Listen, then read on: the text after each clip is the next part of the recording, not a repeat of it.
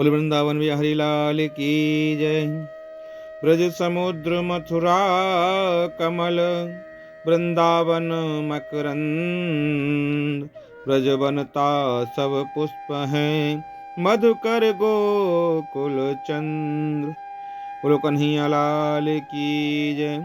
आज मैं आचार्य कृष्णा शौबरी पंचम दिवस की कथा में आपको कार्तिक महात्म सुनाता हूँ। आप मेरे चैनल पर नए हैं तो आप मेरे चैनल को सब्सक्राइब करें, लाइक करें और शेयर करें। नारद जी महाराज कहने लगे कि हे ब्राह्मण, कार्तिक मास की महात्म का विधि पूर्वक वर्णन करिए। ब्रह्मा जी कहने लगे कि हे नारद, तुम बड़े सज्जन और परमार्थ करने वाले पुरुष हो, जो लोगों के हित के लिए ऐसे प्रश्न किया करते हो। अब मैं एक ऐसी कथा तुमसे कहता हूँ जिसके सुनने मात्र से पापों का नाश हो जाता है। हे नारद, श्री सूत जी महाराज इसी नैमिषारण्य तीर्थ क्षेत्र में शौनकादिक ऋषियों से कहते हैं कि हे ऋषियों, साधुओं का सत्संग अति पवित्र होता है और संसार के पापों के भय को दूर कर देता है, ज्ञानियों को मोक्ष देता है, कामना वालों की कामनाओं को पूरी करता है। श्री गंगा जी पापों को नष्ट कर देती हैं, चंद्रमा ताप को दूर कर देता है, कल्प वृक्ष दीनता को नष्ट कर देता है। परंतु साधु समागम जो है ना, पाप ताप और दीनता तीनों को ही नष्ट कर देता है। इसका आधा क्षण भी मोक्ष का देने वाला होता है। यदि संतों का सत्संग आधे क्षण का भी मिल जाए ना, तो भी मोक्ष मिल जाता है। इतनी वार्ता सुनकर ऋषि कहने लगे कि हे श्री सूत जी, आप कृपा करके कार्तिक महात्म का प्रसंग आप हमें सुनाइए। तब श्री सूत जी कहने लगे कि हे ऋषियों, एक समय भगवान कृष्ण से कमल जैसे नेत्रों वाली श्री सत्यभामा जी कहने लगी कि मैं धन्य हूं और मेरे माता पिता भी धन्य हैं, जिनकी मेरी जैसी कन्या उत्पन्न हुई, जिसके आप पति हैं। आप 16,108 रानियों में से सबसे अधिक प्रेम मुझसे करते हैं। जिस कल्प वृक्ष की पृथ्वी के लोग बात तक नहीं जानते, वह मेरे आंगन में लगा हुआ है। अतः मैं आपसे एक बात पूछना चाहती हूँ। हे द्वारकाधीश, कृपा करके आप मुझे बताइए।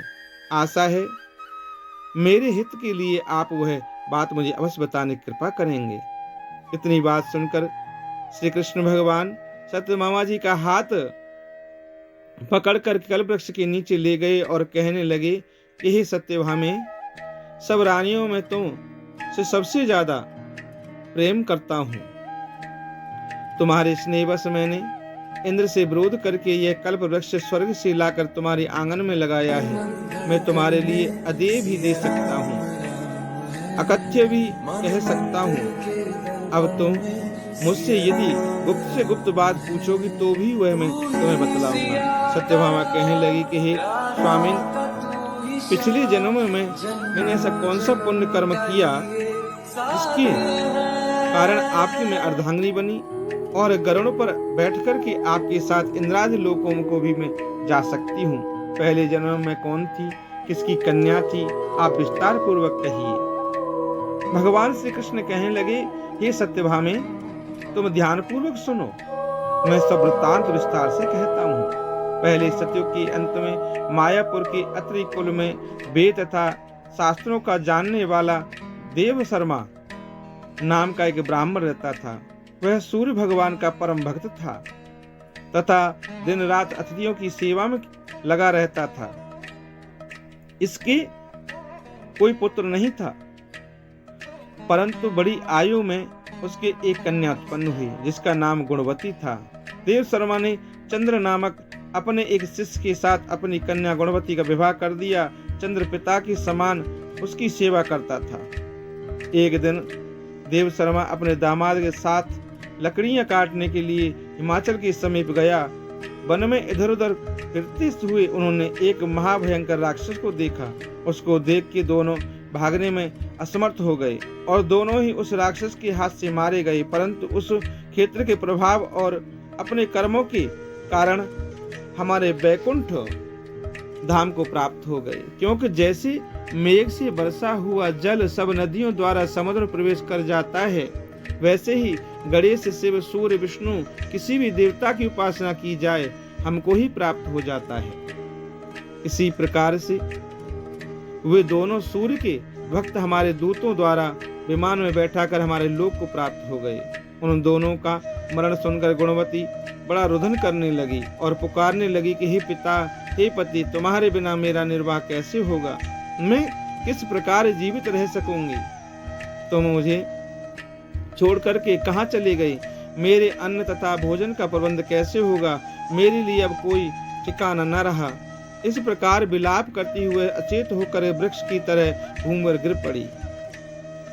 और जब कुछ चेतना आई तो उसने घर का सामान बेचकर उन दोनों की अंत्येष्टि क्रिया की और मेरी भक्ति में सदा तत्पर रहने लगी। इसी प्रकार कार्तिक मास आ गया और वह कार्तिक के व्रत के करने लगी तथा एकादशी का व्रत भी करने लगी।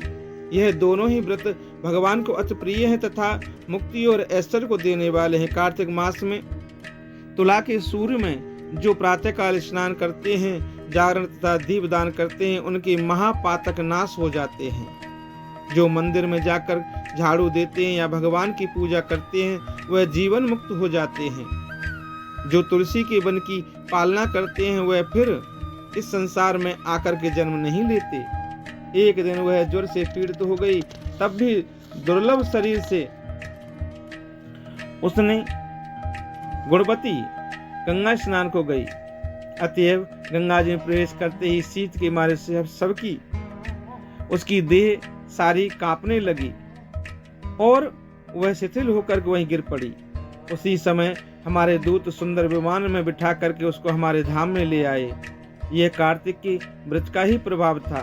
फिर द्वापर में ब्रह्मा देवताओं की प्रार्थना पर इस पृथ्वी का भार उतारने के लिए हमने कृष्णावतार लिया, तो वह उस समय हमारे ही सब देवगण यादव बने और तुम्हारा पिता देव शर्मा सत्राजित हुआ, चंद्र शर्मा अक्रूर हुए और तुम गुणवती सत्यभामा हुई। कार्तिक के व्रत के प्रभाव से तुम हमारी प्यारी हुई। तुमने आजन्म तुलसी के वृक्ष का पालन किया, इसी से तुम्हारे आंगन में कल्प वृक्ष है। कार्तिक में तुमने दीपदान किया, इसी से तुम्हारे घर में लक्ष्मी स्थित है। जो कार्तिक मास में तुमने व्रतार्य किए, उसी से तुम हमारी अर्धांगिनी हुई और हम तुमसे प्रेम करते हैं। जो कोई कार्तिक मास में व्रतार्य करता है, वह हमको तुम्हारे समान ही प्रिय होता है। अन्य दूसरे जप, तप, यज्ञ, दान आदि कार्तिक मास की 16वीं कला के बराबर भी नहीं है। बोलो बांके बिहारी लाल की जय।